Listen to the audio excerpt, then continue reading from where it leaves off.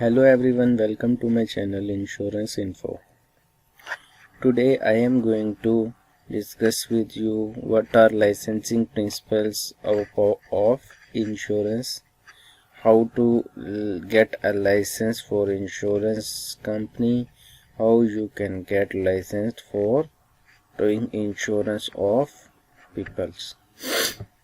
So if you are interested in this video, so I request you to watch this video completely without missing single step of this video to get complete detail about licensing principles of insurance.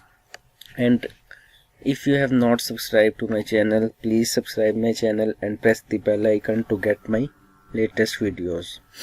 So let's start this video without wasting time.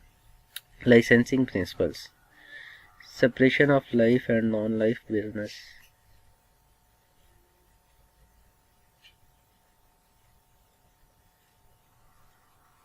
As a general rule, insurance companies may not transact both life and non-life business to avoid the one activity to be used to support the other. The regulation in force therefore distinguish where necessary between two activities and in most cases include specific provision for each. Some countries allow companies transacting the two kinds of business concurrently. In the OECD countries, with the exception of Czech Republic and Mexico, life insurance and non-life insurance have to be separated. In the Europe and Switzerland, however, the authorization to take up life insurance business includes permission to write supplementary insurance such as accident and health insurance, whose separate management is required for the additional classes. A composite insurer with its head office outside the Europe carrying on non-life insurance in Europe countries must establish a subsidiary if it wishes to carry on life insurance and vice versa. In Asia, the supervisory authority may license insurance companies to transact life and non-life business concurrently, this being the case in Brunei, Hong Kong in the past, Malaysia in the past, Singapore, Sri Lanka, Thailand until 2000 and Vietnam. The regulatory authorities are trying to impose the principle of separation, or at any rate, they recommend that where these activities are performed by composite insurers, there should be a separate management of funds. In Singapore, for example, although concurrent writing of life and non-life insurance is allowed, separate funds have to be maintained for the two classes of business in the interest of security. In Hong Kong, since November 1992, no composite license has been granted. In Malaysia, only composite insurers licensed prior to introduction of New Insurance Act in 1997 are allowed to transact the two classes concurrently. In Thailand, all composite insurers will have to separate life and non-life business into two separate companies by April 2000. Cross-sectional activities. In all OECD member countries, the underwriting of insurance risks is restricted to insurance companies which may only transact insurance business, the reason being not to place at risk the funds set aside and preserved under strict supervision for paying insurance claims. There are different opinions on the question whether an insurance company may hold shares in another non-insurance company. The Czech Republic, Hungary, Japan, Korea, Switzerland and the United States reports limit on shareholding in non-insurance companies.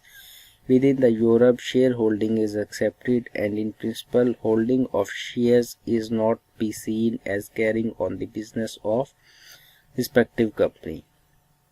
While the creation of banking subsidiary by an insurance company is prohibited in Germany, Hungary, Japan, Korea, Mexico and Poland, it is allowed with limitation in Australia, Norway, Sweden, Switzerland and Turkey. Many countries allow the shareholding in a bank. Less countries and under more strict limitation allow the shareholding of a bank in an insurance company with limitation. Denmark, Japan, Norway, Poland, Sweden and Switzerland. The creation of an insurance subsidiary by a bank is prohibited in Germany, Hungary, Japan, Korea, Mexico and Switzerland. In Norway, Sweden and United States, the creation is restricted. In the Asian countries, the creation of banking subsidiary by an insurance company or of an insurance subsidiary by a bank is prohibited with exemption of Chinese Taipei. However, the Asian market seems to be trying to open up the operations of this type. In Malaysia, increasing use is being made of bancassurance in order to develop life insurance sector. Licensing requirement.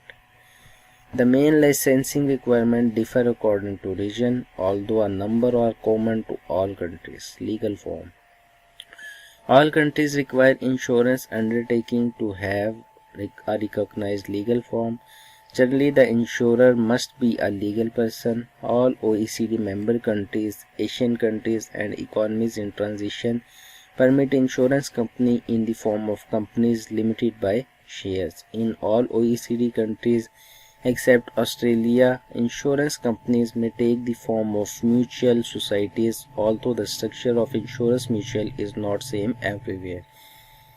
In the United States, there are many town mutuals or country mutuals covering agriculture property risks. Mutual or cooperative insurance company are also common with the Europe for livestock, small vessels and burial benefits. Among the Asian countries, only in Singapore so-called societies, in Chinese Taipei cooperatives and in Vietnam mutual associations are permitted. Publicly owned companies are allowed in half of the OECD member countries: Australia, Czech Republic, Finland, France, Germany, Hungary, Iceland, Mexico, Poland, Portugal, Spain, Turkey and United Kingdom and United States, but only in two Asian countries, Malaysia and Thailand. Among the economies in transition, mutual insurance companies are authorized in Albania, Croatia, Estonia, Latvia and Slovenia. Publicly owned companies are permitted in Belarus, Croatia, Romania and Slovakia. Then next is business plan. Most countries of three regions are asking for submission of so-called business plan. This scheme of operation specifies in particular the risk with which the insurance company intend to cover, the proposed reinsurance, information on expenses of the first year and the financial resources available. In OECD member countries, especially in Europe member countries, such a business plan is required. Many countries require domestic as well as foreign direct insurance companies to submit the business plan for approval. In Asia, a business plan for the first 3 years is required in Hong Kong, Laos, Macau, Malaysia, Philippines and Sri Lanka, whereas a business plan for the first 5 years is required in Chinese Taipei, Thailand and Vietnam. Then next is general policy condition and premium rates. Only few OECD member countries require domestic as well as foreign direct insurance companies the submission of general policy condition. In many OECD countries, the supervisory authority required insurance company to submit specification of their methods of calculating premium rates, but only in some countries the specification have to be approved, this being the case in Australia, Switzerland and Turkey. In the Europe member countries, neither the approval nor the systematic submission of general policy conditions may be requested, except are only general policy condition for the compulsory insurance and for supplementary health insurance.